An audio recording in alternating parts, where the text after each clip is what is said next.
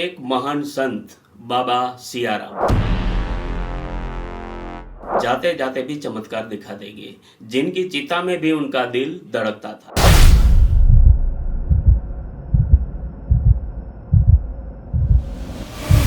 नमस्ते दोस्तों, मैं हूं केआर भादर का। मैं एक ऐसे महान संत की बात करने जा रहा हूं जिनके जीवन से जितनी शिक्षाएं ग्रहण की जाए उतनी कम है। एक ऐसे संत जिनकी तपस्या, भक्ति और परोपकार ने लाखों लोगों के जीवन को प्रभावित किया, जो नर्मदा के किनारे तपस्या और भक्ति में लीन रहे और समाज कल्याण के योगदान देते रहे। उनका असली नाम शायद ही किसी को पता हो, लेकिन उनकी भक्ति और दिव्य साधना ने उन्हें दिव्य संत के रूप में प्रसिद्ध किया।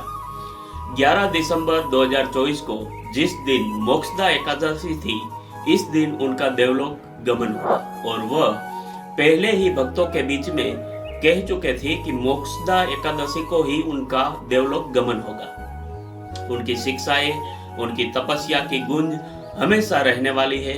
बाबा जी का जन्म 1933 में हुआ था। 17 वर्ष की आयु में गृहस्थ जीवन त्याग कर आध्यात्मिक मार्ग पर चलने का उन्हें संकल्प ले लिया था। कई वर्षों तक वो तीर्थ यात्रा करते रहे और अंत में नर्मदा के तट पर आकर उन्होंने अपनी तपस्या शुरू की। 12 वर्षों तक खड़े रहकर के मौन व्रत रखा और जब मौन टूटा तो पहला शब्द उन्होंने कहा सियाराम, जो उनकी महान पहचान बन गया और सब उन्हें सियाराम बाबा के नाम से जानने लगे। बाबा जी का जीवन बहुत साधारण था, लेकिन उन्होंने जो कार्य किए वो असाधारण थे। नर्मदा के तट पर अपनी साधना में इतना मग्न रहते थे कि दिन में 21-21 घंटे तक श्री रामचरितमानस की चौपाइयां पढ़ते थे। उनका विश्वास था कि तप और त्याग से जीवन को सच्चा मार्ग मिलता है। 70 वर्षों तक की रामचरितमानस का पाठ किया। उसकी चौपाई का जाप उनके लिए न केवल साधना का हिस्सा था, बल्कि जीवन में दिनचर्या बन चुका था। उनकी सादगी के बहुत सारे उदाहरण हैं। हमेशा वह एक लंगोट में रहते, कड़ाके की ठंड हो, गर्मी हो, मूसलाधार बारिश हो, उनका तप कभी नहीं रुका। भक्तों के बीच में उनकी चाय की किटली बहुत प्रसिद्ध थी, क्योंकि उसमें चाय कभी खत्म नहीं होती थी।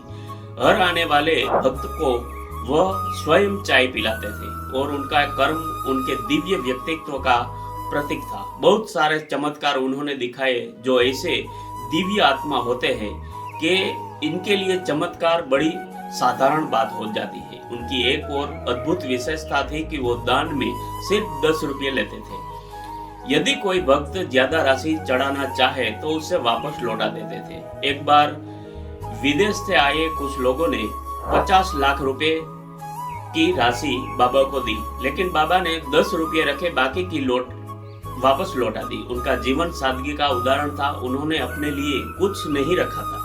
जो कुछ भी उन्होंने दान में मिला, समाज के लिए, समाज कल्याण के लिए लगा दिया। बाबा जी ने नर्मदा घाट की मरम्मत के लिए 2,57,00,000 दान में दिए और 2 लाख वहां जो मंदिर बन रहा था उनके शिखर निर्माण के लिए दिए। ये वही 10-10 इकट्ठा नोट करके जो राशि बनी थी, पूरा पैसा उन्होंने कहा नर्मदा जी के किनारे विकास कार्यों में लगा दो। उनका जीवन कठिन तप का, कठिन साधना का प्रतीक था, इसलिए वो चमत्कारी संत के रूप में जाने गए।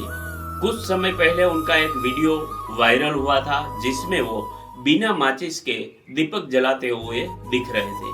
उनने भक्तों को कहना था कि योग साधना के माध्यम से अपने शरीर को इस तरीके से उन्होंने ढाल लिया था कि हर परिस्थिति में, हर मौसम में उनका शरीर जो है उसके अनुकूल हो जाता था। 11 दिसंबर 2024 को मोक्षदा एकादशी और गीता जयंती के पवित्र दिन उन्होंने अपनी अंतिम श्वास ली।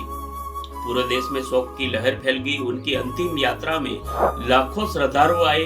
नर्मदा के घाट पर उनका अंतिम संस्कार हुआ। मध्य प्रदेश के मुख्यमंत्री ने उनकी समाधि को पवित्र स्थल और पर्यटन केंद्र के रूप में विकसित करने की भी घोषणा कर दी। संत सियाराम बाबा, जिनका जीवन हमें दिखाता है कि सच्चा जीवन वह है जो दूसरों के भले के लिए जिया जाए। उनके जीवन से सीखने की बात ये भी भक्ति और साधना से आपकी आत्मा शुद्ध होगी। दूसरों की मदद करेंगे तो जीवन में सच्चा सुख मिलेगा। बाबा जी की जो समाधि है अब केवल एक स्मारक नहीं बल्कि एक प्रेरणा स्थल बन गया है।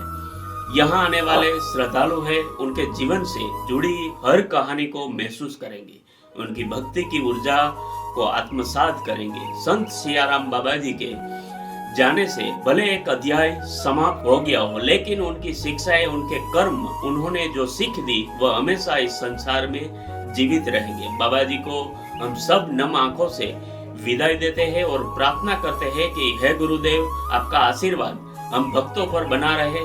जय सियाराम, जय सीताराम।